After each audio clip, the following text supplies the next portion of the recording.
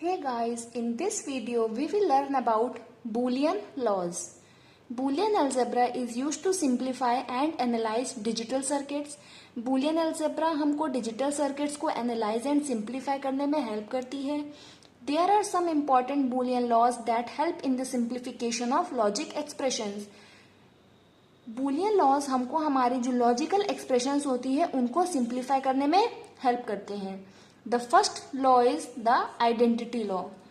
This law says if a plus 0 is equals to a means अगर हमने 0 के साथ किसी भी वैल्यू का और करवाया, प्लस मीन्स 0 के साथ किसी भी वैल्यू का और करवाया, हमको वही नंबर वापस से मिलेगा. If we or a variable with 0, result is the variable itself. Next is a.1 is equals to a means if हमने 1 का किसी भी वेरिएबल या वैल्यू के साथ एंड कराया, हेयर डॉट मीन्स एंड, तो हमें वही नंबर मिलेगा. a plus 0 is equals to a and 1 is equals to a. If we AND a variable with 1, result is variable itself. अगर हमने किसी भी वेरिएबल को एंड किया है 1 के साथ, सो हमको वो वेरिएबल आंसर में मिलेगा. Next is null law. This law says if a और 1 इज इक्वल्स टू 1 मीन्स अगर हमने 1 के साथ किसी भी वेरिएबल का और ऑपरेशन परफॉर्म किया है, सो आंसर विल बी 1. एंड अगर हमने किसी भी वेरिएबल का एंड परफॉर्म किया है 0 के साथ, so answer will be 0. Next is idempotent law. Idempotent law says if a और a is equals to a. Previous हम लोगों ने पढ़ा कि अगर किसी वेरिएबल को और करते हैं उसी वेरिएबल के साथ, सो हमको वही वेरिएबल आउटपुट में मिलता है. सपोज हमने लिया वेरिएबल a. एक a वेरिएबल की या तो वैल्यू 0 हो सकती है या तो वैल्यू 1 हो सकती है. नेक्स्ट हमने लिया एक वेरिएबल a, सेम वेरिएबल, या तो वैल्यू 0 होगी या तो वैल्यू 1 होगी. अब इन दोनों को हम लोगों को और ऑपरेशन परफॉर्म करना है. सो और ऑपरेटर सेज इफ हमारा एक भी इनपुट ट्रू तो हमारा आउटपुट ट्रू, और अगर हमारा दोनों इनपुट्स फॉल्स तो हमारा आउटपुट फॉल्स. सो ये भी इनपुट फॉल्स एंड ये भी इनपुट फॉल्स, सो हमारा आउटपुट आया फॉल्स. नेक्स्ट में ये इनपुट ट्रू एंड ये इनपुट ट्रू, तो हमारा आउटपुट आया 1. मीन्स जो हमने वेरिएबल लिया था वही हमको आउटपुट मिल रहा है. दैट इज ए वेरिएबल की वैल्यू इनिशियली 0 थी, सो आउटपुट में भी हमको वही ए मिला, दैट इज 0 मिला. एंड अगर सेकेंड स्टेप की बात करें तो यहाँ पे ए वेरिएबल की वैल्यू हमने ली थी 1, सो हमको आउटपुट में भी 1 मिला. Next law says a dot a is equals to a means एक वेरिएबल एंड उसी का सेम वेरिएबल कॉपी, उन दोनों के बीच में अगर हम लोग एंड ऑपरेशन परफॉर्म करेंगे, सो हमको आउटपुट में वही सेम वेरिएबल मिलेगा. एग्जाम्पल से समझते हैं. सपोज हमारे पास है एक वेरिएबल a, उसकी वैल्यू हमने इनिशियली ली 0. बीच में सेकेंड वेरिएबल कौन सा है, सेकेंड वेरिएबल भी हमारा a है, उसकी वैल्यू भी हमने क्या ली 0. अब इन दोनों वेरिएबल के बीच में हम अपना एंड ऑपरेशन परफॉर्म करते हैं. एंड ऑपरेशन की डेफिनेशन सेज कि इफ हमारे अगर दोनों इनपुट्स ट्रू होंगे तो ही हमारा आउटपुट आएगा ट्रू.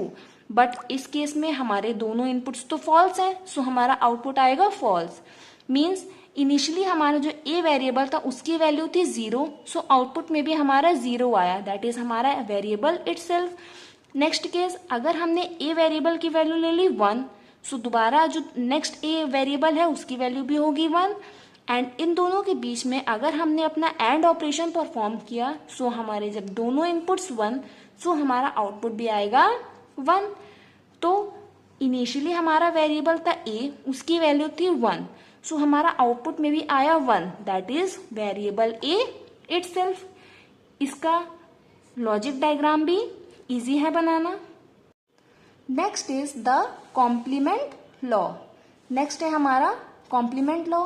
कॉम्प्लीमेंट लॉ सेज कि इफ अ वेरिएबल a को हमने और ऑपरेशन परफॉर्म किया है उसी के कॉम्प्लीमेंट के साथ, सो हमको आउटपुट मिलेगा 1। एग्जाम्पल से एक्सप्लेन करते हैं। सपोज हमने वेरिएबल लिया a, इसकी वैल्यू इनिशियली हमने ली 0 एंड उसी वेरिएबल का कॉम्प्लीमेंट दैट इज 0 की वैल्यू हो जाएगी 1। अब a और a कॉम्प्लीमेंट के बीच में हमने और ऑपरेटर लगाया है, सो और ऑपरेटर की डेफिनेशन सेज इफ दोनों में से कोई भी इनपुट हमारे अगर 1 है तो आउटपुट हमारा आएगा 1। ठीक, अब इनिशियली हमने यहाँ पे a की वैल्यू ली थी 0, बट अगर अब हम a की वैल्यू ले लें 1, सो a कॉम्प्लीमेंट हमारा हो जाएगा 0 and a plus a complement again हमारा क्या हो जाएगा 1, बिकॉज दोनों में से एक वेरिएबल तो हमारा ट्रू हो गया ना, हाई स्टेट में हो गया, सो आउटपुट आ गया हमारा 1। सेम इसी तरीके a dot a complement will be always 0। Example से देखते हैं। सपोज हमारे पास एक वेरिएबल है a, उसकी इनिशियली वैल्यू ली हमने 0, उसी वेरिएबल का हमको एंड ऑपरेशन करना है उसी के कॉम्प्लीमेंट के साथ, सो इसका a complement will be 1। Now a dot a complement will be and operation says कि अगर हमारे जब दोनों इनपुट्स ट्रू होते हैं तभी हमारी वैल्यू ट्रू आती है, बट यहाँ पे हमारा एक इनपुट हो गया false, so output will be false. That is a dot a complement will be always equals to 0। Next is हमारा involution law. Involution law says कि अगर हमने कोई कॉम्प्लीमेंट लिया है एंड उसका भी हमने कॉम्प्लीमेंट कर दिया है, सो हमको अपना वेरिएबल मिल जाएगा। फिर एग्जाम्पल से एक्सप्लेन करते हैं। सपोज हमने वेरिएबल लिया a को इनिशियलाइज किया 0 से। अब फर्स्ट ऑफ ऑल पहले हम a का कॉम्प्लीमेंट निकालेंगे, सो a का एक बार कॉम्प्लीमेंट विल बी 0 का कॉम्प्लीमेंट विल बी 1। अगेन उसी कॉम्प्लीमेंट का एक बार और कॉम्प्लीमेंट निकालेंगे, मीन्स a कॉम्प्लीमेंट का कॉम्प्लीमेंट दैट इज 1 का complement that is 0। So a complement का कॉम्प्लीमेंट हमें वही इनिशियल वाला वेरिएबल देता है, दैट इज a कॉम्प्लीमेंट हमारा आया 0, जो कि हमारा इनिशियली a इक्वल्स टू 0 था। बाकी rest 5 laws we will study in next videos.